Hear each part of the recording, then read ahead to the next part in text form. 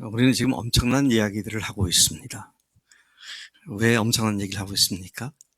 하나님이 우리를 위해 죽으셨다는 사실과 하나님이 다시 부활해서 사셨다는 이 복음의 이야기뿐만 아니라 그렇게 우리를 구원하신 이유와 궁극적인 목적이 교회를 세우는 것이다 라는 사실을 우리가 알고 그 사실 앞에 우리의 삶을 헌신한다고 하는 그런 이야기를 하고 있는 것이죠. 하나님이 우리에게 주신 은혜와 또 우리에게 주신 명령은 결코 사소한 것이 아니고요. 하나님 전 존재를 걸고 만들어주신 은혜며 또 우리의 전 존재를 걸고 주님께 순종해야 할 그런 말씀인 것입니다. 조금 전에 우리 간증하신 분들이 이 교회에 대한 의미를 다시 깨닫고 감사하는 말씀들을 하셨고, 또 우리 임목자께서는 주님의 영혼들을 위해서 목숨을 걸겠습니다. 내가 이 일에 내 모든 것을 다 걸겠습니다. 여러분, 그런 목숨 걸만한 일을 발견한 사람은 참으로 행복한 줄로 믿습니다. 왜 사는지 몰라가지고 그냥 시간만 낭비하다가 그냥 그저 그렇게 사라져가는 사람들과는 달리 목적이 있고요. 그 목적이 정말로 소중하고 가치 있는 것을 확증하며 그것에 모든 것을 자신 몸을 던져 성취하려는 그 거룩한 헌신을 하나님께서는 기뻐하실 뿐만 아니라 그분 자신도, 그렇게 하는 분들 자신도 참 의미 있고 가치 있는 삶을 살 수 있게 되는 줄로 믿습니다. 왜 사느냐라고 할 때 모르겠다, 그냥 산다라는 사람들만큼 불쌍한 사람이 없다는 생각이 듭니다. 그 사는 게 힘들잖아요. 사는 게 쉬운 사람은 아무도 없는 것 같아요. 다들 어렵게 사는데 고생은 고생들 하면서 왜 고생을 하는지도 모르면서 그냥 산다는 것이 얼마나 무의미한, 참 무모한 인생일까, 이런 생각을 하게 되기 때문인 것이죠. 우리는 그런 의미에서 세상 누구도 흉내낼 수 없는 어마어마한 사실을 알고 믿고 그것을 우리 입으로 고백하고 있는 사람들입니다. 하나님께서 창세 전부터 교회를 세우시겠다는 계획을 하셨다고 말씀하셨죠. 사실은 가정도 하나님께 창세 전부터 계획한 건 아니었습니다. 조금 여러분들이 이해를 하고 들으시길 바랍니다. 하도 가정이 최고로 중요하다 그런 말들을 많이 했기 때문에 제가 거기에 그렇지 않다라는 얘기를 하려니까 조금 여러분들 이해를 하실 것 같아요. 가정 중요하죠. 근데 교회는 가정보다 더 먼저 하나님께서 계획을 하신 겁니다. 가정은 아담을 만드신 후에 아담이 혼자 사는 것이 안쓰러워서 돕는 배필을 만들어야겠다. 그래서 후에 하와를 만들어 주셔서 가정이 생겨난 것이지, 창세 전부터 하나님께서 가정을 세우시겠다고 그렇게 했던 것은 아닙니다. 그런데 교회는 창세 전부터 하나님 속에 감추었던 비밀이라고, 하나님께서 마음속에 갖고 계셨던 하나님의 비밀이 이전 세대 사람들에게는 알려지지 아니했었는데, 에베소 3장에 보면 예수님으로 말미암아 성령님을 통하여 우리에게 이 하늘의 비밀인 교회를 알게 하셨다, 그렇게 말씀을 하시는 것입니다. 저는 지난주에 거창한 말로 창세 전부터 하나님께서 교회를 꿈을 꾸셨다라는 말씀을 드렸고요. 그것이 얼마나 소중한 것인가를 말씀드렸습니다.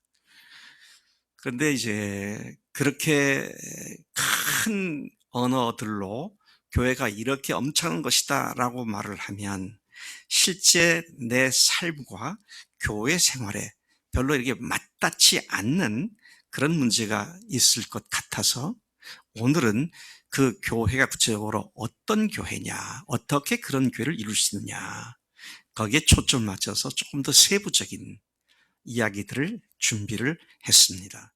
우리가 아까 인사할 때에 목장은 교회입니다, 그렇게 얘기를 했는데요. 제가 거두절미하고 결론부터 말씀드리면 진정한 교회의 본질은 목장에서 경험되는 것입니다. 참 중요한 얘기입니다. 목장에서 참된 교회의 본질을 실현하고 경험할 수 있는 것이다. 좀 말을 바꾸면은요, 교회 안에서 목장이 없거나 목장 생활을 하지 않으면 교회 본질을 직접 경험하기가 너무 어렵다는 것입니다. 자, 이것이 여러분들에게는 조금 혼란스러운 얘기일지는 모르지만, 또 제가 많은 시간이 없기 때문에 이 설교 시간에 그 모든 역사적 배경까지 다 말씀드릴 수는 없지만, 초대교회는 철저히 집에서 모이는 목장 형태의 교회였습니다. 그런데 이게 주후 4세기경에 가서 핍박을 받을 때는 그대로 유지했는데 핍박이 사라지고 기독교를 공인해 주니까 그때부터 목장이 사라지고 전체 교회 건물에 모이는 교회 형태로 바뀌게 되면서 모이는 장소의 변화로 말미암아 교회의 본질 자체가 훼손되고 그 교회의 본질 자체를 포기해버린 듯한 지난 1700년의 세월이 지나갔습니다. 자, 이것은 제가 할 말이 많지만 그 역사를 다 얘기할 수는 없기 때문에 그냥 4세기 초에 그런 일이 발생했습니다. 그리고 지난 1700년 동안 교회의 본질이 다시 온전히 회복된 역사는 없었습니다. 부분적으로, 한시적으로 소그룹들, 몇 개의 그룹들이 역사 속에 이런 교회로 다시 돌아가야 한다라고 외쳤던 그룹들은 있었지만 그들은 잠시 있다가 또 사라져버리고, 그렇게 2000년 중에 1700년이 지나간 것입니다. 그래서 여러분, 오늘도요, 정말 의미 있고 가치 있는 참 귀한 교회 생활을 하길 원하는 사람들이 늘 입버릇으로 하는 말이 초대교회로 돌아가자. 초대교회로 돌아가자, 그 말을 하잖아요. 근데 그 말을 안 하는 사람이 거의 없습니다. 다 하는데 결코 돌아가지지 않았습니다. 그러면 우리가 분명히 직면해야 할 것은, 하나님이 꿈꾸신 교회는 허상이었는가? 결코 이룰 수 없는 그런 교회인가? 자, 이런 문제를 진지하게 다루어야 되고 또 거기에 대한 답을 분명히 얻어야 하는 것이죠. 왜냐하면 천지를 지으신 하나님의 창세 전부터 가셨던 꿈이 교회라고 한다면, 그게 정말 사실이라고 한다면 우리도 그 교회가 실제로 이루어질 것을 믿고 헌신하는 것이 마땅하기 때문입니다. 그건 너무 높은 이상이라서 그냥 말이 그렇다는 얘기고 그냥 흉내 좀 내다 말자, 그러면 고민할 것도 없어요. 그냥 아무 교회 가서 교회생활하면 됩니다. 근데 그렇지 않고 정말 이것이 하나님께서 계획하신 교회였고 하나님께서 꿈꾸신 교회가 분명하다면 그게 어떤 교회고 또 어떻게 그런 교회를 이룰 수 있는가, 이것이 바로 우리 교회가 여기에 존재하는 이유고, 지난 22년간 우리가 계속 영적으로 싸움을 하면서 달려온 이유가 바로 여기에 있는 것이다 하는 것이죠.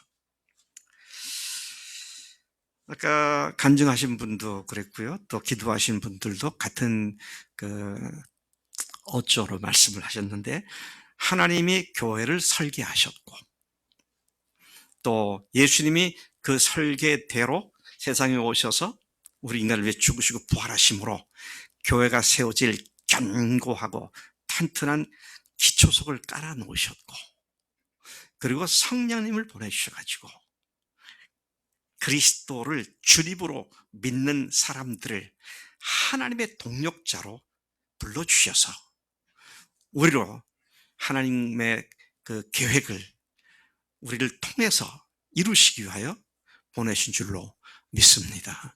우리가 존재하는 이유가 바로 여기에 있고요, 우리가 사는 목적이 이것과 직결되어 있음을 우리가 분명히 인식하고 있어야 하는 것이죠.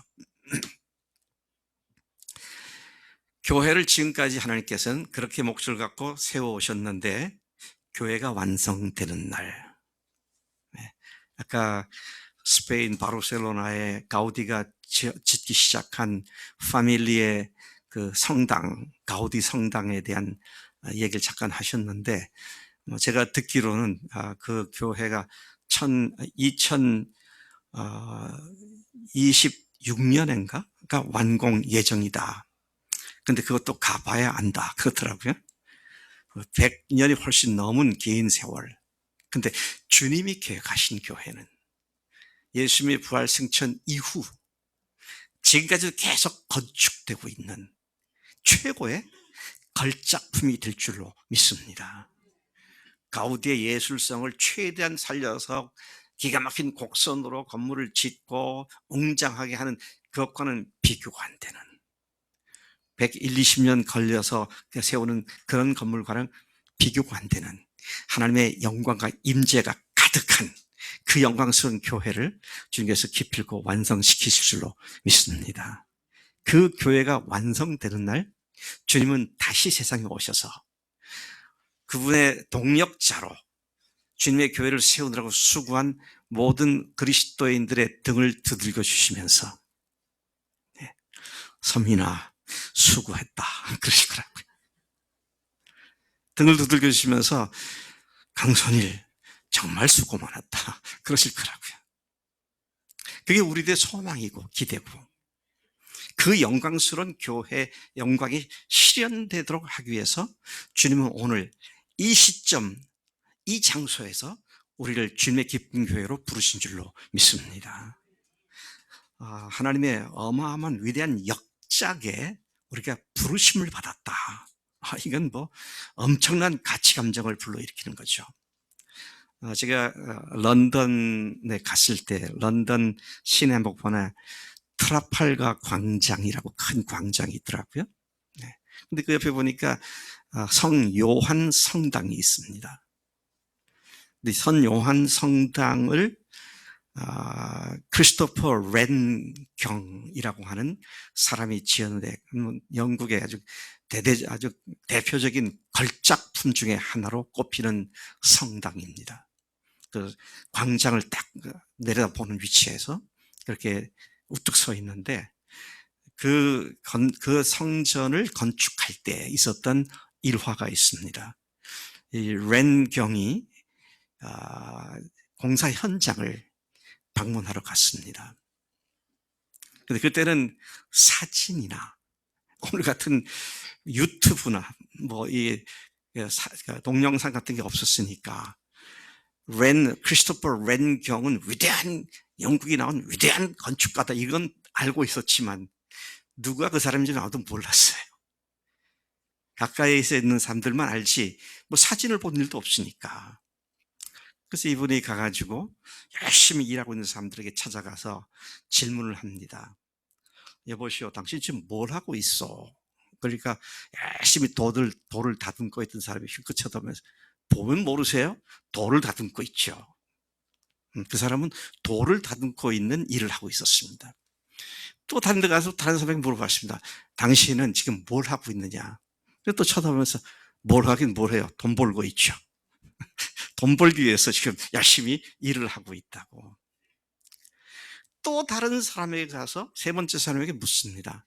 당신은 지금 여기서 뭘 하고 있습니까? 그러니까 이 사람이 하는 말이, 네, 저는 우리 당대 최고의 건축가인 크리스토 렌경의 역작품을 만드는 일에 동참하고 있습니다. 같은 일을 해도요, 어떤 각도에서 그걸 하느냐는 전혀 다른 개념으로 사람들이 일하고 있다는 것이잖아요.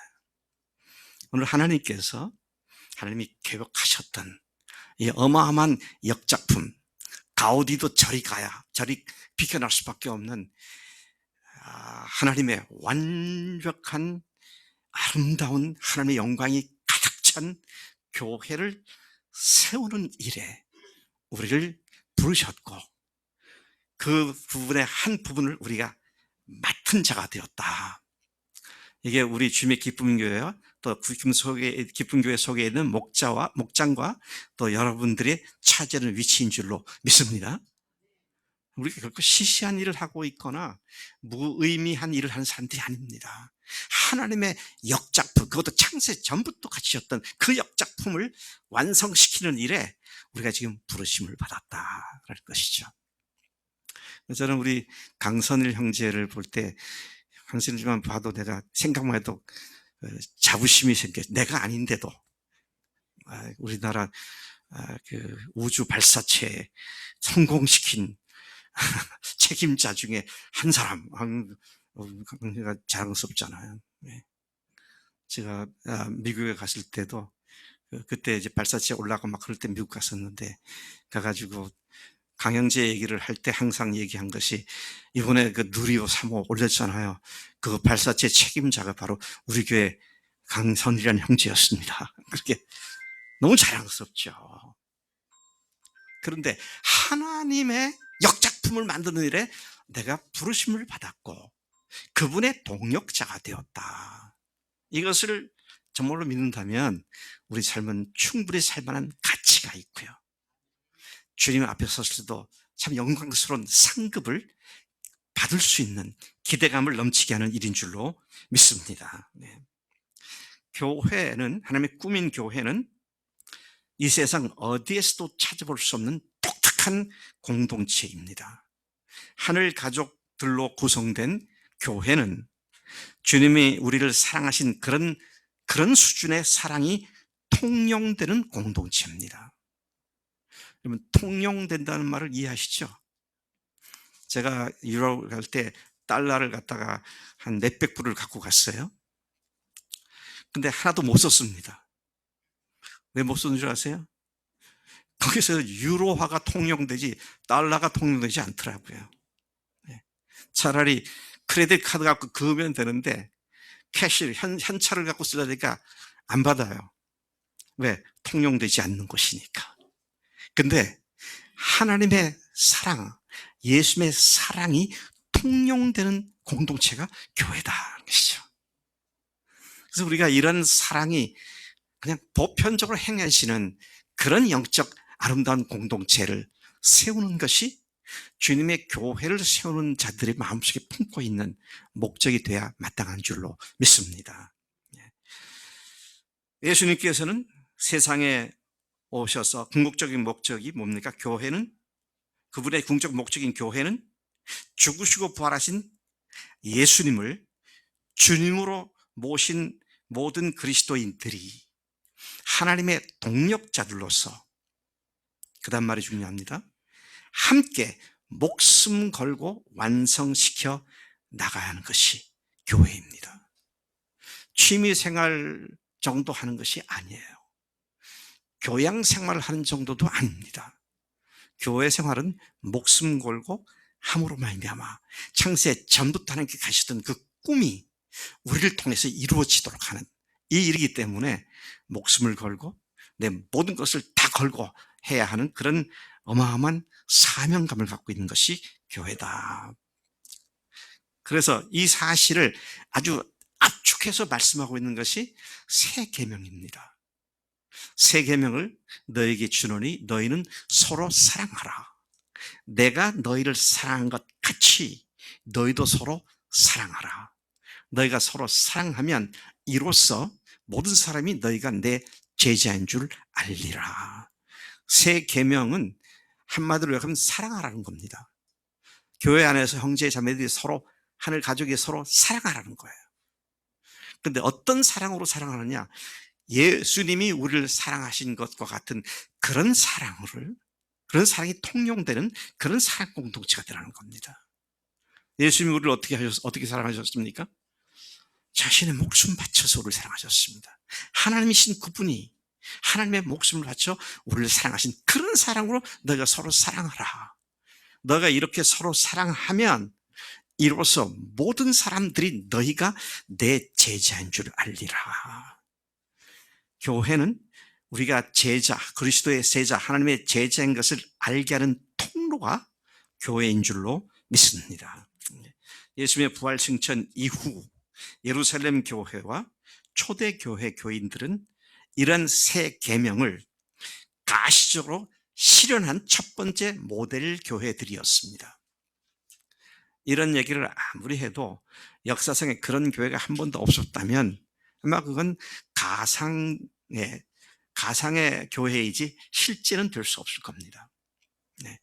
아주 이상이 충만한 그런 교회로서 가상적으로 제시한 것인가, 아니면 실제로 그런 교회를 이룰 수 있기 때문에 하나님께서 그런 말씀을 부탁하신 것인가 라고 할 때에 실제가 있지 않습니까?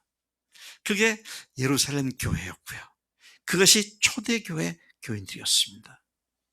그래서 우리는 이 하나님의 영광스러운 꾸민 교회가 어떤 교회를 어떻게 이룰까 하는 것을 우리는 초대교회에서 배워야 합니다. 그래서 많은 사람들이 참 이상적이고 영적으로 충만한 교회 생활을 하고 싶어가지고 늘 누구나 하는 얘기 중에 하나가 초대교회로 돌아가자 것입니다. 근데 2000년간 초대교회로 아직 안 돌아갔잖아요. 초대교회로 어떻게 하면 돌아가는지 이걸 제대로 정리가 안 돼 있다는 얘기가 되는 것입니다. 저는 신학교 교수로서 평생 여기에 헌신을 했고 연구를 했던 사람입니다. 그리고 논리적으로 신학적으로 성서적으로만 정리한 것이 아니라 실제로 그런 이상이 실현되고 있는 교회들을 5대양 6대주를 돌아다니면서 확인을 했고 그들 속에 있는 공통 부모들을 뽑아내가지고 어디에서나 그런 교회가 될 수 있는 공통 요소가 무엇인지를 연구한 사람입니다. 그리고 한국에 와서 한국 교회에다가 셀교회를 소개했고 그들 중에 어떤 교회들은 지금도 아름답게 계속 성장하고 있는 교회들이 많이 생겨났음을 보게 됩니다. 자, 그렇기 때문에 우리는 먼저 염두에 두어야 할 것은 주님이 꿈꾸신 교회는 반드시 이루어진다. 이 사실을 믿고 달려가야 한다는 것이죠. 자, 이 초대교회 교인들은 자기 희생적인 그리스도의 사랑을 그대로 닮았고 수많은 사람들에게 도전과 또 감동을 주기에 충분한 교회들이 되었습니다. 그들은 형제의 영적인 필요와 육적인 필요를 섬기기 위해 기꺼이 자신들의 시간을 주었고 재물도 주었고 목숨까지도 주기를 주저하지 않았습니다. 에베소서, 죄송합니다. 우리가 아까 읽었던 사도행전 2장 44절, 45절에서는 이렇게 말하고 있죠. 믿는 사람이 다 함께 있어 모든 물건을 서로 통용하고 또 재산과 소유를 팔아 각 사람의 필요를 따라 나눠 주었다.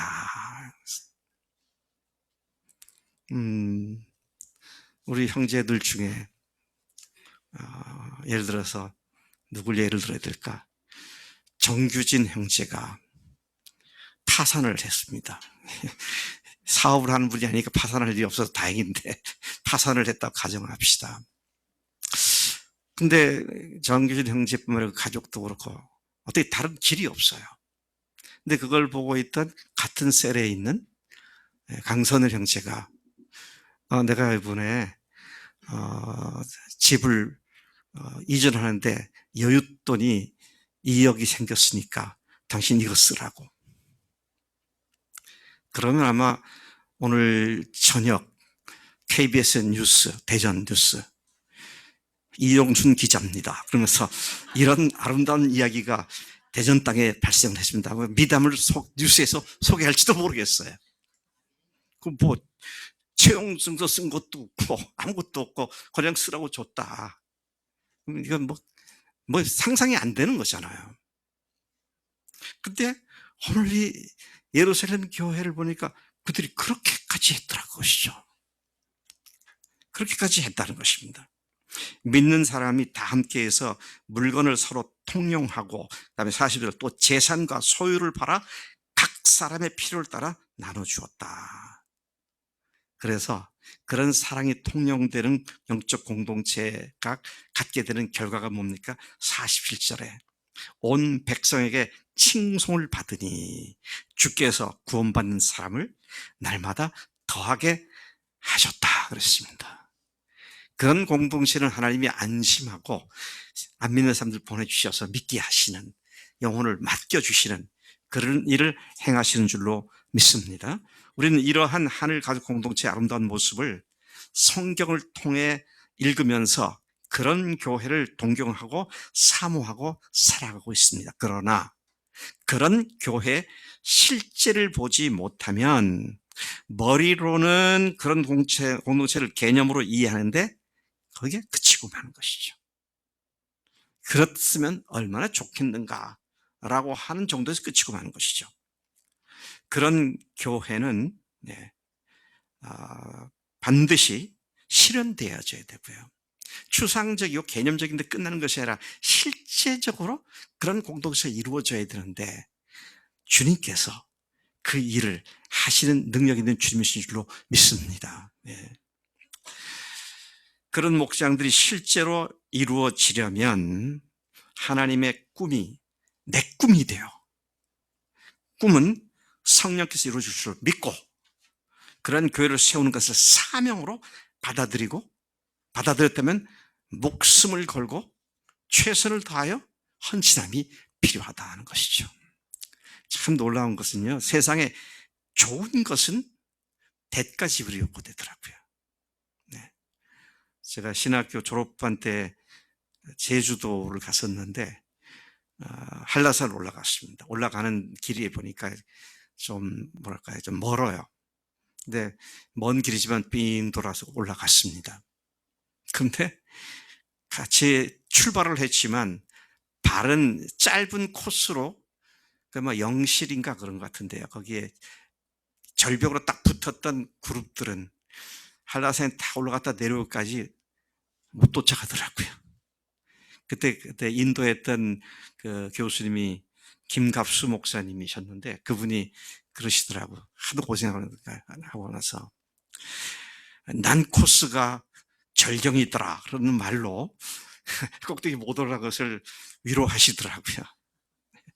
짧지만 너무 험하니까 결국 못 오더라고요. 근데 멀지만 돌아가니까 올라가잖아요. 그래서 우리가 하나님께서 우리에게 가장 귀한 것을 주시기 위해서 우리에게 귀한 헌신을 요구하신다는 것은 보편적인 자연현상의 원리이기도 하다는 것을 말씀드리고 있습니다.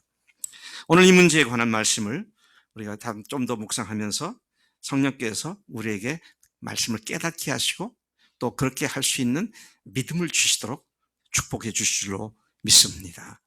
초대교회는 각 집에서 모였습니다. 여러분, 오늘날 교회 하면은 지금 우리 교회들 이렇게 건물이 있는데요. 건물을 짓고 사람이 늘어나면 또 이거 팔고 또 한 300명, 400명 모일 수 있는 또 교회를 옮겨서 또 짓거나 이사를 가고 또 거기서 늘어지면 또 1000명 되는 가고 그렇잖아요. 근데 매우 재미있는 것은 초대교회, 예루살렘 교회는 한 번도 자체 건물을 가져본 적이 없습니다.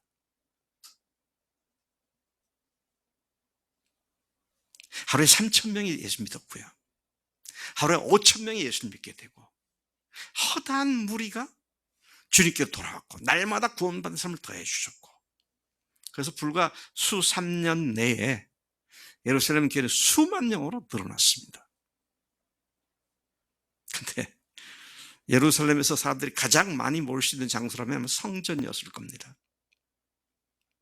근데 성전에서 그것도 계속 모일 수는 없었죠. 벌써 이미 7장, 사도행전 7장, 8장에 가면 믿는 사람들이 핍박이 나서 다 도망가죠. 흩어지고요. 근데 처음에는 성전에서 모였어요. 그건 성전적 구퉁에다가 예루살렘 교회 깃발을 걸고 이리 모이세요. 여기서 예배드리겠습니다. 그게 아니고 유대인들이 자기들 라이프 스타일, 삶의 전통적인 방식으로 하나님께 유대인식의 예배를 드리기 위해서 모였던 겁니다. 거기서 뭐 예수 그리스도의 복음을 선포하고 그렇게 모인 게 아니고요. 전도는 그렇게 했지만 그리고 그들이 모인 것이 어디입니까? 날마다 집에서 모였다 그랬습니다. 그러니 예루살렘 교회는 그 모이는 기본 장소가 각 집이었다는 것입니다. 집에서 모여 어떻게 했습니까? 떡을 떼고 또 음식을 나누고 교제하고 기도하기에 전혀 힘썼다. 사도들의 가르침을 받았다. 한번 상상해 보세요. 3만 명의 교인들이 있다. 근데 한 자리에 모여서 3만 명이 주의 만찬 떡을 떼는 일을 하려면, 그때는 트럭이 없었으니까 수레가 있잖아요. 수레. 포도주가 도대체 몇 수레가 필요했거든요. 그들이 또 나눠야 할 떡이 몇 수십 수레를 필요했겠어요. 그걸 어떻게 준비하며. 그건 말이 안 되는 거죠. 근데 집에서 작게 모여서 그 일을 하는 건 얼마든지 할 수 있던 것이죠. 그게 이제 오늘 우리가 읽었던 42절부터 47절까지의 그런 모습을 보여주고 있습니다. 가정교회는, 가정에서 모이는 모임은 초대교회 전형적인 교회 모습이었다는 것이죠.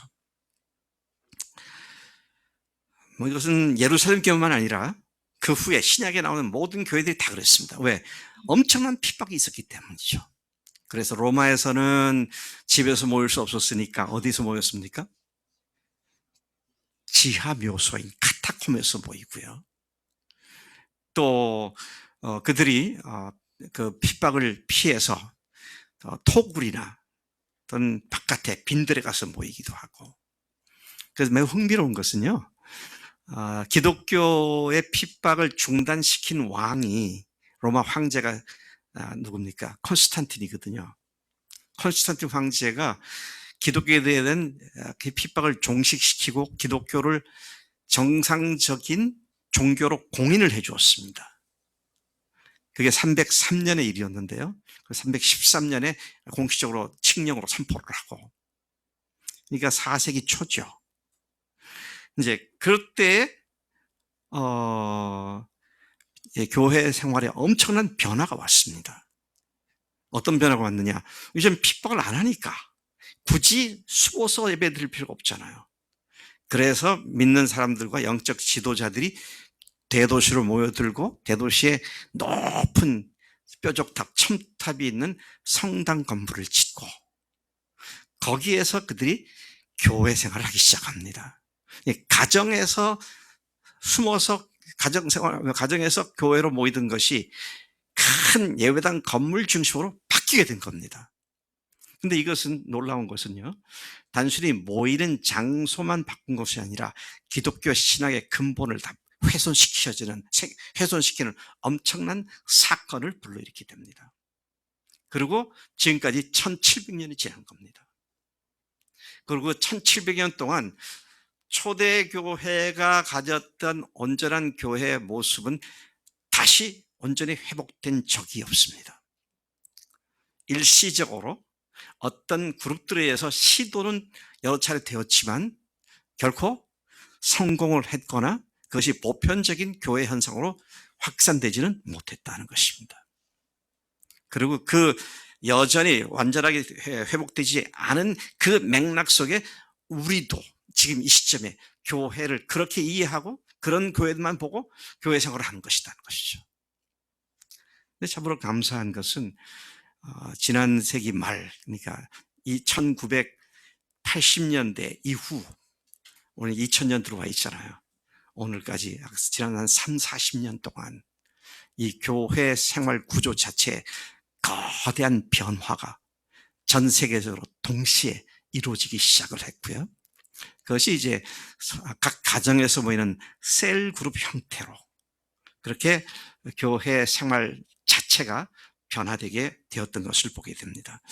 자, 우리는 신약 성경을 통해서 보면 데살로니가에서도 바울이 야손이라는 사람의 집을 교회로 삼았고, 또 사도행전 18장에 보면 고린도에서도 유스도라고 하는 디도 유스도라고 하는 사람의 집을 교회로 삼았던 것을 보게 되고, 사도행전 20장에서도 보면 드로아에서, 이건 잘 알려진 에피소드인데요, 바울이 드로아에서 어떤 집에서 밤새도록 반짝까지 성경을 강론하니까 3층 다락 창문에 걸터 앉아서 듣던 유두고라는 청년이 졸다가 떨어졌잖아요.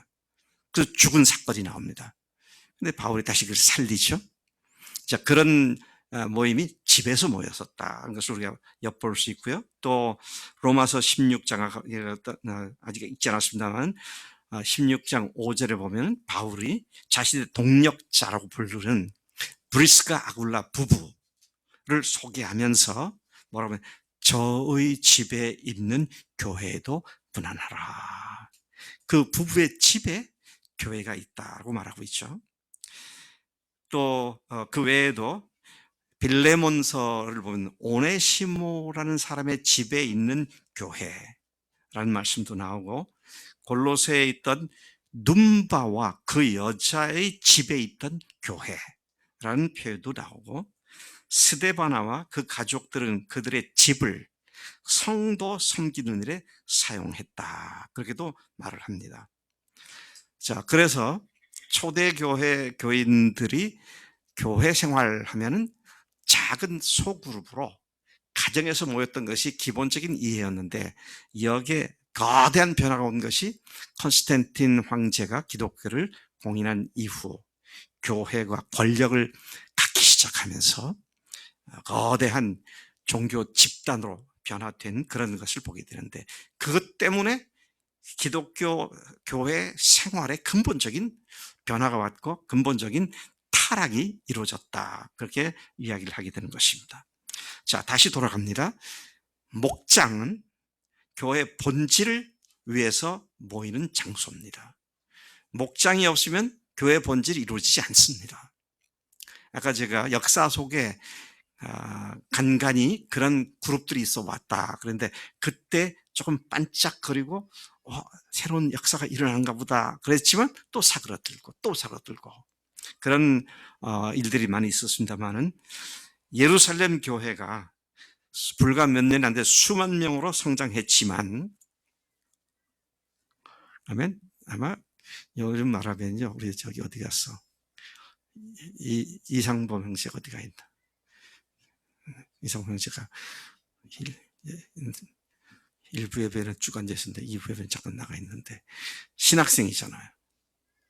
신학교를 졸업한 후에 우리 교회에서 좀 있다가 이제 개척을 나간다. 그러면 대부분의 신학생들이나 개척하는 사람들이 갖고 있는 꿈이 5년, 10년 후에 500명, 100명 모으는, 500명, 1000명 모이는 교회를 세우겠다, 그런 생각들을 많이 합니다. 근데 500명, 1000명이 아니고요, 예루살렘 교회는 수삼 년 내에 수만 명의 교회로 성장했잖아요. 와, 이렇게 갑자기 숫자가 늘고 사람들이 모여가면 사람들이 하나님께서 역사하셨습니다, 할렐루야, 하나님께서 영광을 드렸습니다, 그럴 텐데, 놀랍게도 하나님께서는 수삼 년 지난 뒤에 수만 명이 모였을 때 하루아침에 교회를 다 흩어버리시더라고요. 스데반 순교 사건을 계기로 예루살렘 교회를 완전히 흩어버리시잖아요. 그러면 오늘 목회 개척하는 목사들이 갖고 있는 아이디어한 아주 이상적인 교회와 초대교회 예루살렘 교회 하나님께서 행하신 건 전혀 상반되는 거잖아요. 그래서 여러분, 우리 교회 시작할 때부터 계셨던 분들 중에 참 제가 오래 계신 분들을 귀하게 봅니다. 왜 대부분 5년, 10년, 15년 지나면 지금쯤은 교회가 몇백 명, 또 1000명도 되고, 그래서 우리도 신나고 북적거리고 하나님께서 우리를 갖다 이렇게 성장시킨다고 그럴 텐데, 우리 22년 좀 지났는데 엊그제 다 정리해 보니까 멤버십 가진 사람이 70명 정도, 아이들까지 다 한 100여 명 정도. 근데 실망하지 않고 계속 붙어 있는 거 보면 너무 귀해요. 박성희 자매가 그 사람 중에 한 사람인데, 그러니까 남편이 주님 믿잖아. 근데요, 두고 보세요. 두고 보세요. 뭘 두고 보냐면요, 우리가 이 주님의 뜻을 알고 새로 오시는 목사님과 함께 정말 교회를, 하나님께서 말씀하신 교회를 세우겠다는 데 더 헌신하게 될 때, 하나님께서는 이 교회를 통해 수많은 영혼들을 주 앞으로 돌아오게 하는 역사를 일으킬 줄로 믿습니다. 그렇다고 뭐 우리가 500명, 1000명 되게 합해서 그거 아닙니다.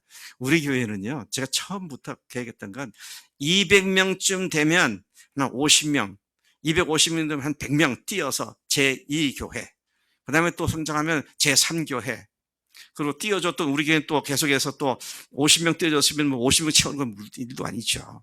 그러면 또 제3교회, 제4교회 이렇게 해가지고 큰 교회가 아니고 작은 사이즈로 알찬 교회, 하나님의 교회 이상이 제대로 실현된 교회를 목표로 하고 달려나가는 것 아니겠습니까? 예. 여러분, 이 교회 앞으로 팔고 헐고 못 도시고 꿈도 꾸지 마세요. 제가 하나 더 기대한다면 옆에 이 빌딩이 제가 지을 때부터 처음부터 봤거든요. 잘 진 집이에요. 근데 1층이 큰 홀입니다. 야, 저거 주일학교나 앞으로 여러 가지 다목적으로 쓰면 좋겠다. 2층이 원룸, 1.5룸 이렇게 몇 개가 있고 3층이 주인 세대고 그다음에 옥탑방이 하나 있고 3층 주인 세대는 목사 사택을 삼고 그다음에 1층은 다용도로 쓰고 2층은 청년들이나 신혼부부들이 거기 가서 살면서 훈련받고 네? 괜찮잖아요. 그 이상은 필요 없어요. 그 이상은 필요 없어요. 더 늘리면 안 됩니다. 사람이 모이면 뭐가 생긴 줄 아세요? 사람이 많아지면 금력이 생겨요. 돈이 생겨요. 금력이 생기면 그다음에 뭐가 생긴 줄 아세요? 권력이 생깁니다. 그래서 필히 타락하게 돼 있어요.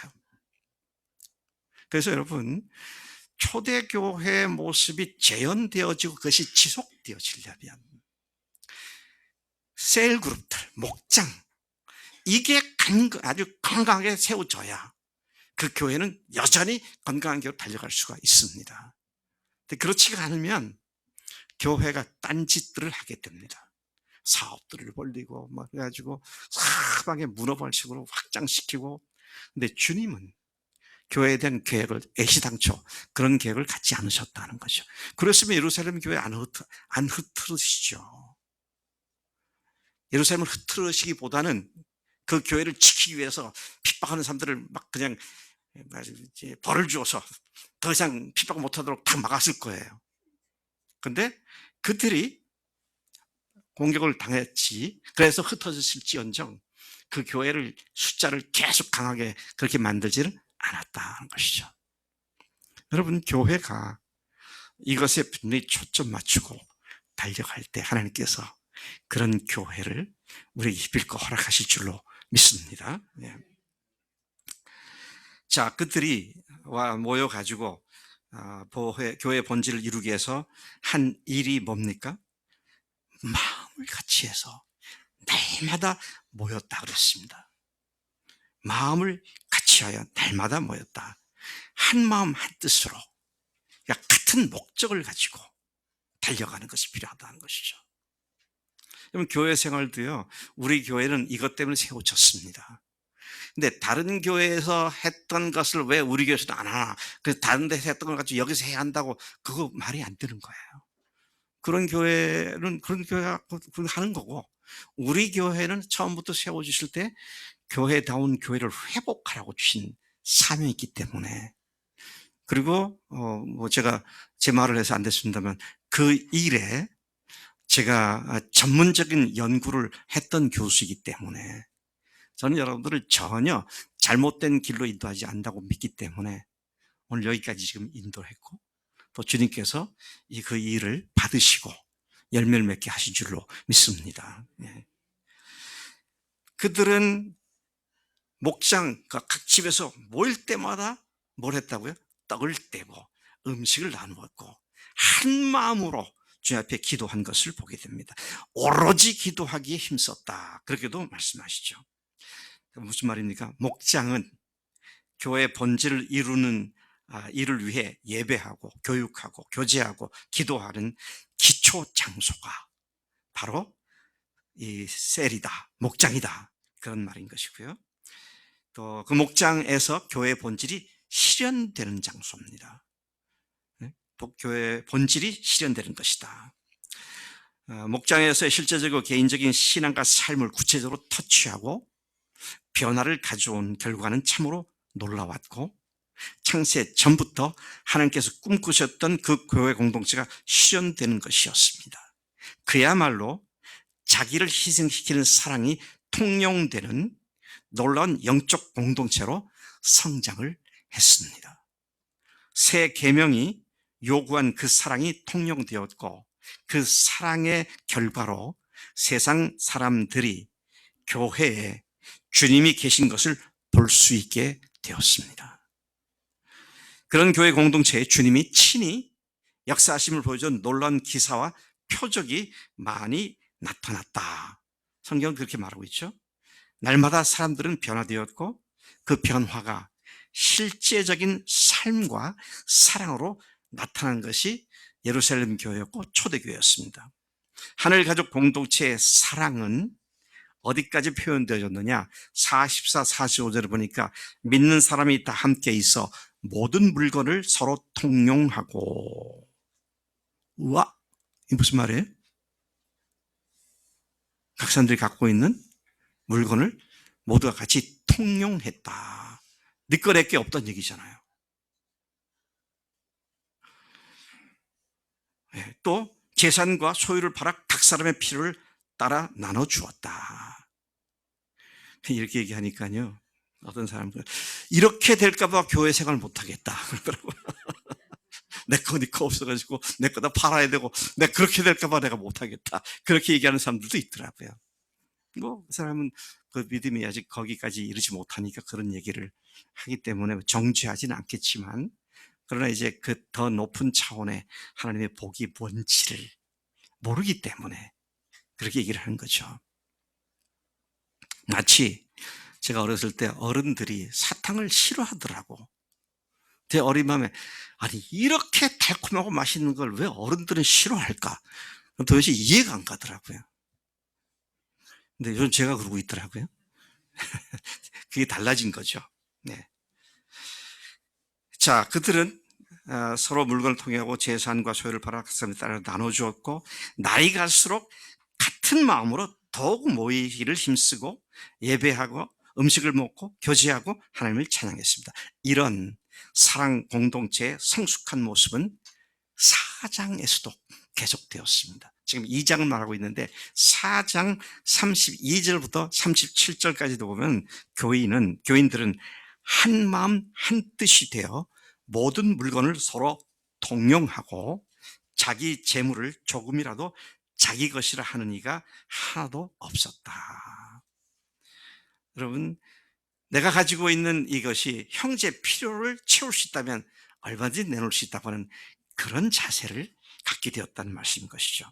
부활복음은 계속 증거되었고, 그 결과 큰 무리가 은혜를 받고 그 중에 가라는 사람도 아무도 없었다. 그렇게 된 이유는 밭과 집이 있는 사람들이 그것을 팔아 사도들의 발 앞에 두어 사도들이 각 사람의 필요를 따라 나누어 주었기 때문이었다고 말씀하고 있습니다. 36, 37절, 4장 36절에 보면 사이프러스 출신 레위족으로 바나바로 불리기도 한 요셉이라는 사람은 자기 밭을 팔아 그 돈을 사도들의 발 앞에 두었다고 말합니다. 주님을 알고 교회를 알고 교인들을 하늘 가족으로 알게 된 예루살렘 교인들은 아무도 자기 재물을 자기 것이라고 하지 않고 그 소유권과 사용권을 주님께 돌려드렸던 것이다 하는 것이죠.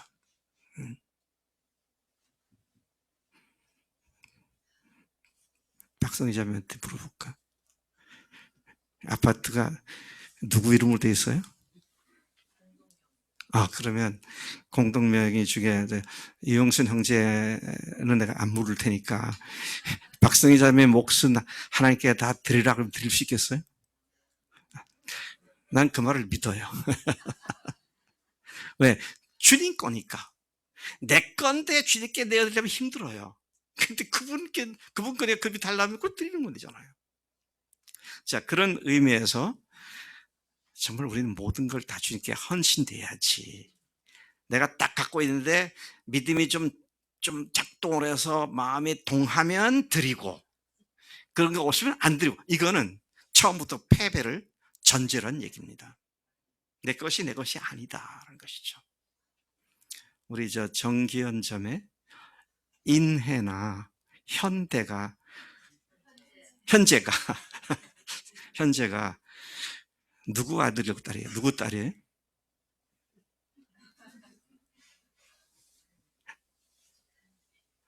예.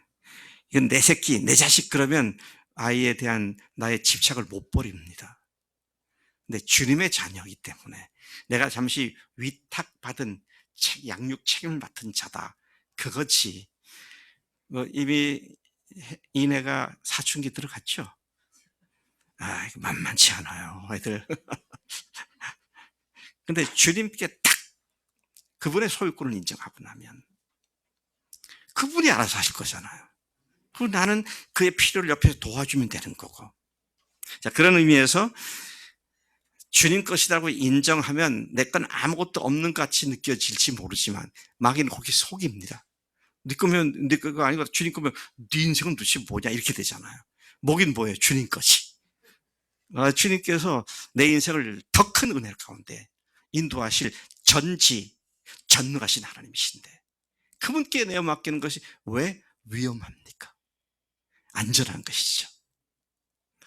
저는 제가 우리 아이들도 그렇고 지금까지 살아오면서 그 믿음이 나름 자유케 했고요. 어려움이 있어도 굴하지 않고 달려올 수 있었죠. 이게 적절한 예인지는 모르지만 오늘 아침에 있었던 일입니다. 눈도 오고 길도 얼었기 때문에 다른 날보다 일찍 나가야겠다. 그래서 일찍 준비해서 나왔어요. 여기서 나오는데 또 나오는 길을 갖다가 상수도 공사한다고 다 파헤쳐서 못 가게 만들어놨지. 옆길로 돌아가니까 도로 확장 공사하고 다 공사해놨지. 그럼 이제 뒷길로 이제 언덕을 올라가야 돼요. 눈이 싹 덮였는데 그 언덕을 올라가다가 이 미끄러지면은 헛바퀴들 못 올라가겠다. 그래서 제 아내가 어떻게 올라가는데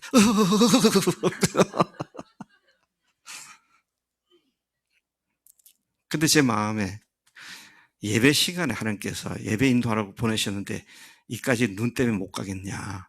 주님 의탁합니다. 그리고 걱정하지 마, 걱지 마. 괜찮아. 될 수 있어, 될 수 있어. 근데 그 뒤가 꽤 길어요. 이게 언덕 길이. 근데 한 번도 멈추지 않고 쭉 올라왔어요. 근데 도저히 안 된다 하면 안 왔겠죠. 그러고 전에 박전사님한테나 전해가지고 내가 이래서 못 가니 예배 인도하세요. 그러면 난리가 나는 거죠. 작은 일, 일상적인 일에 있어서 주님께 맡기고 산다는 것이 그런 것이다 것이죠. 그런데 그러한 믿음을 실제로 고백하고 그렇게 사는 것들을 서로 격려하고 격려받고 하는 장소가 어디냐 그럴 때 교회인데요. 교회 어디냐 그럴 때 목장이라는 것입니다. 우리 교회만 해도 지금 여기 다 합치면 한 100여 명 정도 되는데 100여 명이 모여가지고 무슨 교제를 어떻게 해요? 우리 교회가 많지도 않잖아요. 근데 한눈에 딱 보면 오늘 누가 안 왔구나 이게 보여야 되는데 어떤 집에 가서 그 자매가 교회 왔던가? 여보 그 사람이 오늘 교회 왔었어? 글쎄 나도 모르겠네. 그럴 때가 많아요.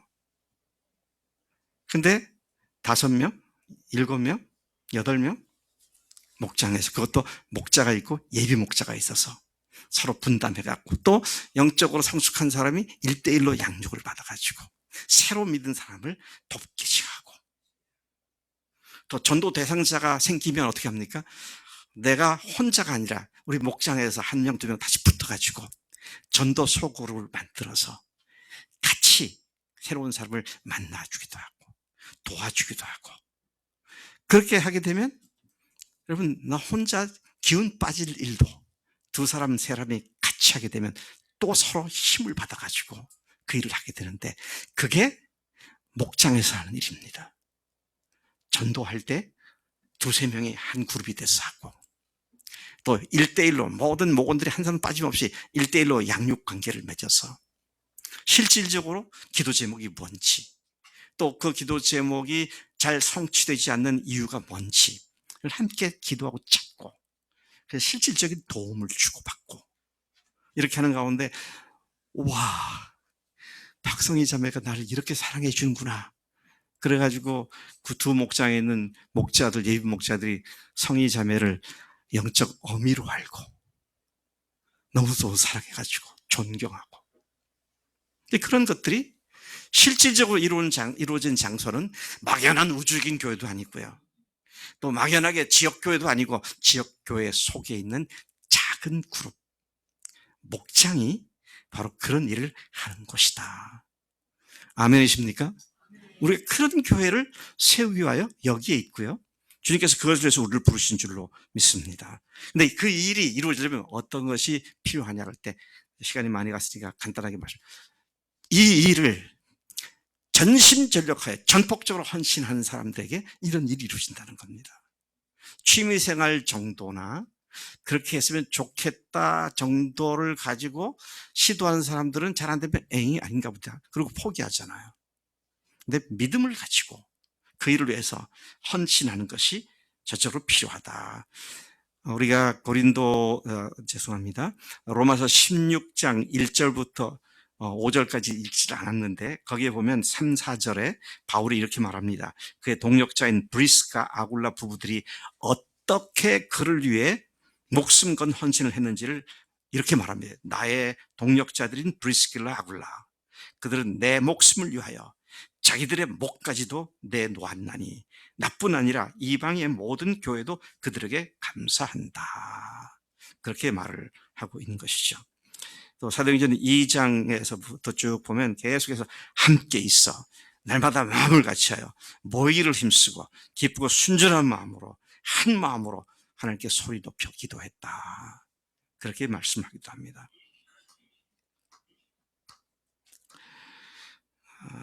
주님이 꿈꾸신 교회를 세우도록 우리 각자를 부르셨습니다. 그러한 교회의 실제는 어디서 이루어지느냐? 목장에서 이루어지고, 이제 그 아름다운 목장들을 세우는 일에 하나님은 헌신을 요구하고 계십니다. 예배하는 일에, 함께 모여 기도하는 일에, 함께 말씀을 중심으로 교제하는 일에, 함께 전도하는 일에, 그리고 함께 연약한 지체들을 사랑하고 섬기고 세우는 일에 헌신을 요구하고 계십니다. 그런 공동체로서의 목장을 누가 만들어 줍니까? 아무도 만들어 주지 않습니다. 내가 헌신해서 만들어 가야 합니다. 그럴 때 성령께서 역사하십니다. 우리 목장은 목자가 제대로 안 해서 안 돼, 다 헛소리입니다. 목자도 연약하기 때문에 넘어질 수 있어요. 근데 목원들이 각자가 오늘 말씀과 지난주 말씀처럼 교회가 하나님의 창세부터 가셨던 하나님의 창조의 목적이다, 이 사실을 믿는 사람들이라면 누구나 그런 교회를 이루기 위한 책임과 의무를 갖고 있다는 것입니다. 결국 뭡니까? 사랑하라는 얘기인데요. 셀 안에서 사랑하는 얘기인데, 사랑을 하려면 뭐가 필요할까요? 제일 먼저 사랑하려면 뭐가 제일 필요할까요? 네? 시간입니다. 제가 미국에서 공부할 때도 하여튼 뭘 얘기하다가도 미국 아이들도 그러더라고요. 학생들도 그렇더라고요. 그걸 위해서 제일 뭐가 제일 중요하냐? TIME 그렇더라고요. 시간이 제일 필요하다고. 헌신은 시간을 드리는 겁니다. 전도하기 위해, 양육하기 위해 절대 필요한 것은 그 대상자를 만나는 시간을 투자하고, 그 대상자를 만나는 불편함과 만났을 때 어색함과 부자스러움을 투자하고, 그 대상자를 만나러 가는 교통비도 감수하고, 때로는 차나 점심을 사주는 비용도 감수하고, 때로는 내가 하려던 계획을 잠정적으로 뒤로 미루고 먼저 그를 만나는 헌신도 해야 되고. 자, 이것이 구체적인 사랑의 표현입니다. 자, 지금 우리 교회는 내년에 이제 2주밖에 안 남았습니다. 내년이면 새 목회자를 맞이해서 그동안 기초 작업을 했던 교회 세우는 일이 본격적으로 새로운 차원의 궤도에 진입하게 될 것을 예상합니다. 어쩌면 모세가 40년간 광야에서 백성들을 이끌었을 때 당했던 어려움보다, 여러분들 대답해 보세요. 모세가 40년간 백성들 끌고 다니면서 어려웠잖아요. 그것하고 여호수아가 40여 년 이상의 기간 동안 가나안 땅을 정복하기 위해서 수없이 많은 전쟁을 치렀던 것하고 어느 게 더 힘들었을까요? 여호수아가 더 어려웠을 것입니다. 맨날 전쟁해야 되니까. 근데 그들이 여호수아와 함께 힘을 합쳐서 순종하니까 백전백승 아닙니까? 오늘 주님께서 우리 교회 저로부터 시작되어서 또 우리 다음 후계 목회자에 이르기까지 새로운 차원의 놀라운 일을 행하실 것을 바라본다면, 목장이 그 놀라운 일이 발생하는 기초적인 장소며 그 장소로서의 목장을 하나님께서 견고하게 세워줄 줄로 믿고, 다시 한번 주님 앞에 헌신을 새롭게 하는 복된 결단이 있는 그런 우리가 되어야 할 줄로 믿습니다. 믿으면 결단하고, 결단하면 행하실 줄로 믿습니다. 네, 기도하겠습니다. 하나님 아버지 감사합니다. 오늘 저희들이 지난주에 이어서 교회 실질적인 세부적인 내용으로 목장에 대한 얘기를 같이 나누었습니다. 주님께서 성경을 통해서 목장을 통해서 어떻게 역사하셨는지를 저희들이 다시 묵상했습니다. 하나님 사랑하는 믿음의 식구들이 시간을 내고 돈을 내고 또는 계획을 뒤로 미루고라도 필요한 사람을 만나주고 도와주고 섬기는 이런 헌신이 익숙해지는 우리 모두가 되도록 역사해 주실 줄로 믿습니다. 감사하고 예수님의 이름으로 기도를 쌉나이다. 아멘. 아멘.